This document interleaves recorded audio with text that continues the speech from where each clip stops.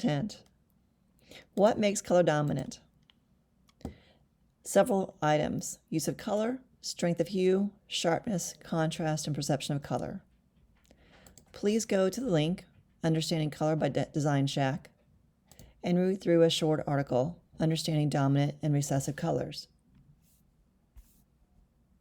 Got a short little science lesson. Color wheel, and of course, here's the quote that we have on the slideshow about what makes a color dominant. There's more information at the bottom, but again, it's just a short little article to make you understand what we're doing here. Your assignment is you're going to choose a subject matter, find a series of images, placing in a layout that's provided in Photoshop. You will be using a color scheme, and you can choose your color scheme at the beginning and work through it, and you can also at the end go through and modify your colors too to make things work better than what you might have thought in the beginning. Here's some additional student samples. Again, subject matter is going to be your choice. Oops. Project preparation.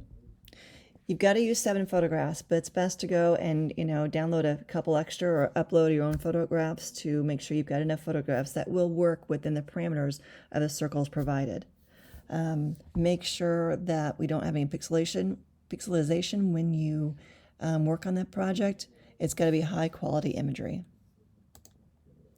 You're going to be using color schemes with at least 3 colors. And this file is downloaded, is provided for you. So we'll go ahead and take a look at this and start production. All right, let's go to Photoshop. And here is our file. It does look, let me move that down. Here we go. This file does look completely white, like there's nothing in there, okay? However, if you click on, let's grab our tool here, and click on the masks created for these 2 layers, you can see that there are 6 circles. And the white is, of course, our page dimension. And if I click on the center circle, this is going to be the main image in the file. All right, so we're going to add our first image. So I'm going to go to File to Place, Embedded. And in here, let's go ahead and find this. Why can't I move this open? Come on. It's not going to move on me for some reason. There we go. All right. Going to our folder for here. So 105, here's my folder system for each project, activity. It's all in here. Tint. All right. Dominant tint files. Here are my photographs. And I'm just going to put 1 photo in here. Okay. Okay, that would be, let me find one that's going to go on the top. Okay, that one's in the bottom. We'll just grab that one. So I'm going to grab this one and place it in here. And it's already gotten stuck into a file. So this is not going to work properly. So I'm showing you what not to do. Make sure that you click on the background layers. You're not actually working on any circles whatsoever. Okay? And we're going to go ahead and try this again. File, Place Embedded, Clown in purple, that's my middle one. We're going to grab this one. He's going to go down in the bottom. Okay, so he's placed. Well, I want him down here in the bottom circle, so he's looking up. Let's see what happens here. We're going to go ahead, once he's in here, you can hit the check mark up here, double click, and let him go into his little area. Then I'm going to click here on our outside circles. I'm going to choose this file right here, not this file, this mask. You see, when I clicked on it, I got the handles on here. I'm going to copy it. So let's go to Edit Copy, and then go into the layer of the clown that I pulled in, and we're going to hit Paste. Okay, now the image is pasted into the mask. It's not in the place that I want it to be.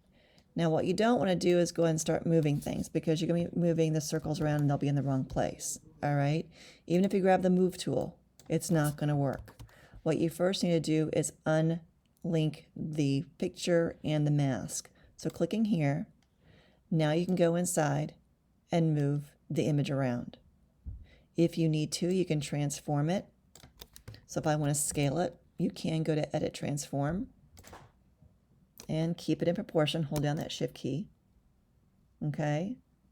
Let me just kind of make it a little bit bigger. And there's my fish.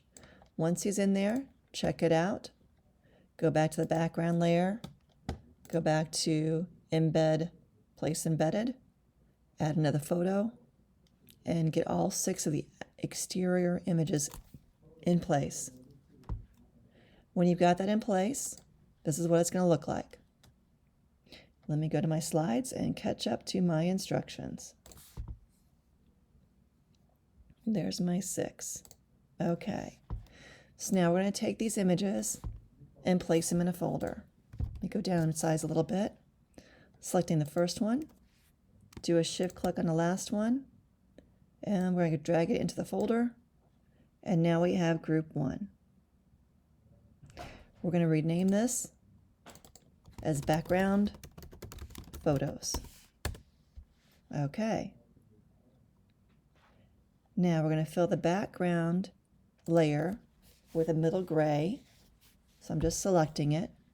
I'm going to go to my foreground color, double clicking it, choosing a mid gray, hitting OK, and now I'm going to fill it. So I can go to Edit, Fill with my foreground color. All right, that's what we've got so far. Oops. Give me a moment. I'm going back to my instructions to make sure I've got everything squared away here. We are going to add a adjustment layer to colorize everything. All right, so far. So I'm going to go to my background photos. I want the adjustment layer inside the folder above all of my 6 images right now. And we're going to go down to create an adjustment layer of hue and saturation. So it's down here towards the bottom. I'm just kind of bringing it up. There we go, hue and saturation. And we're going to adjust this color to, well, let me start with a blue. I ended up with the green in the file at the end, but let's just go ahead and do this. Let's hit colorize. And then you can take your hue and move any color that you want to. And I'll just go ahead and start here, and we'll just kind of play around with it. I'm not going to worry about my 3-color scheme yet. 3 colors in my color scheme. I'm just going to kind of play around with it. Okay, say I want it in here. I can change my saturation if I want to. All right, we'll let it go there. So we'll go ahead and close this, my properties. All right, and everything is in play so far. So I've got my background photos with my hue saturation, colorizing all of the 6 below, and including the background. Okay, the center image. We're going to import the center image now. So we're going to go and click on the circle layer itself. All right, so it goes right in there. And we're going to go to File, Place, the embedded image. And let's go find Clown Yellow. Is this it? Nope, Clown Purple. All right, we're placing this in here. And it went right into my mask because I was on that layer.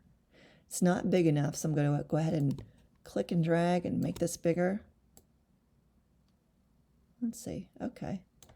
A little bit bigger maybe. Holding down the Shift key while I'm doing this. And a check mark or double click to take this in play.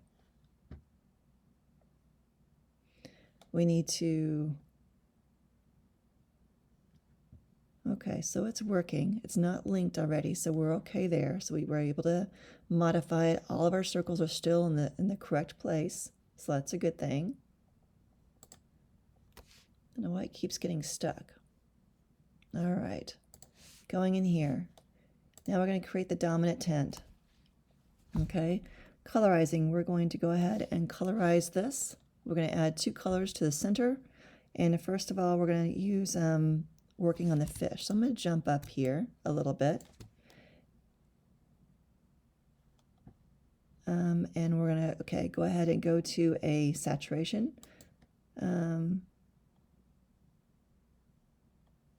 Okay, going to hue saturation again. make sure I hit colorize, and then again taking your hue and adjusting it. And you do see that this is affecting everything right now. We'll need a clipping mask on here too in just a little bit. So I'm going to make this a purple. Let's see, if I saturate it, will I get more purple? There we go. That's going to be a very purple fish. Might be too much. All right, so that one's in play. We'll go ahead and make a clipping mask so it goes on the fish only. Okay.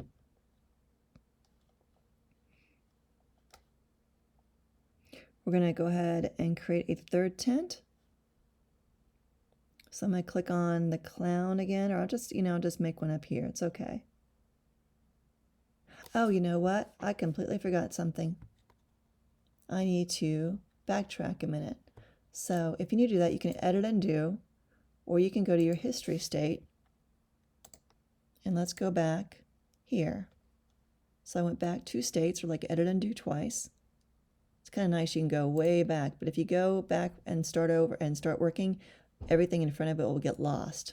So I just want to go back to this point, close here, move my layers back over a little bit, and let me go check the instructions and make sure I'm doing everything in the right order. Okay, select the area you want to make dominant. See, I forgot the selection. That is why things kind of turned out kind of funky.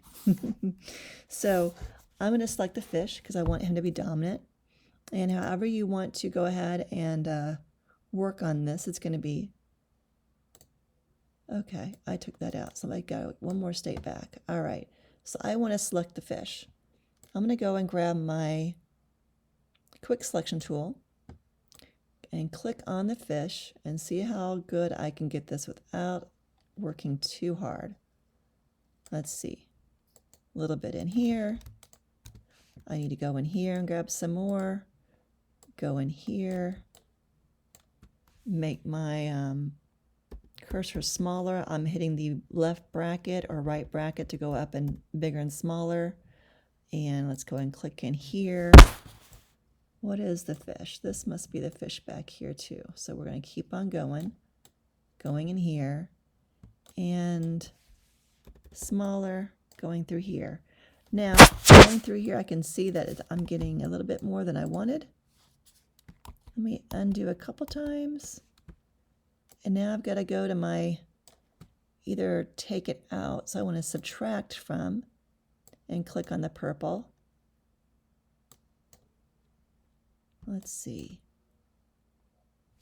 I actually want some of the, nope, I'm going to have to go fix this a little bit.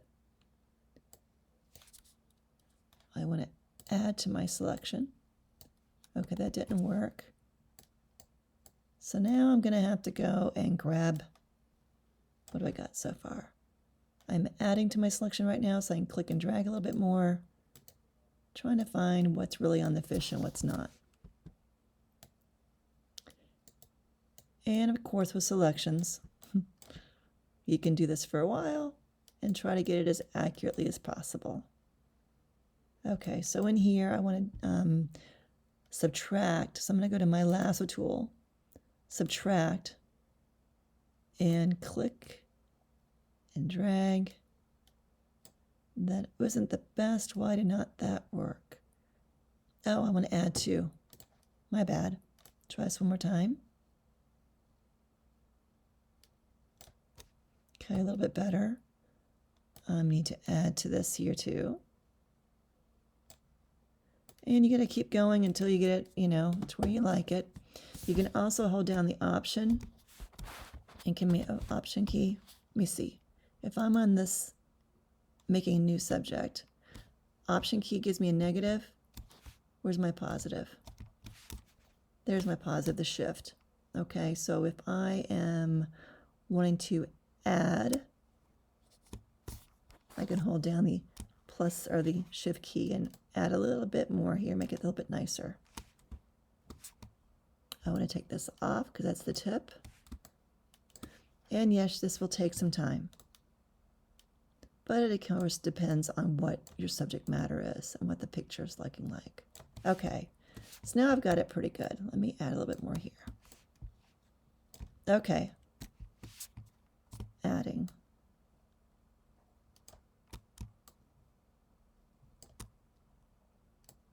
Whoops. Okay, selection is always a process. Okay, good for what we're showing. All right, so you're making a selection first for the dominant tint, working off your main photo. Now go in here and add a hue saturation layer. Okay, now let's try this again. We'll move the properties out a little bit. We're going to colorize it. I want a purple. I'm not getting what I want, so let's go and do your saturation.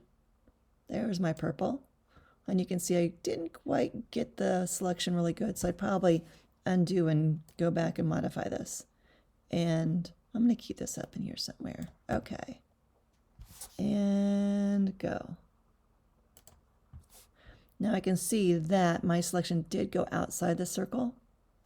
Let's see what happens when I make a clipping mask. There we go. Now we're good to go. So now I've got my dominant tint here, and I need to subdue the colors around it just a little bit. So let's again make another, I believe. Yep, make another one here. Okay, and we'll go ahead and make another hue and saturation layer. Colorize it.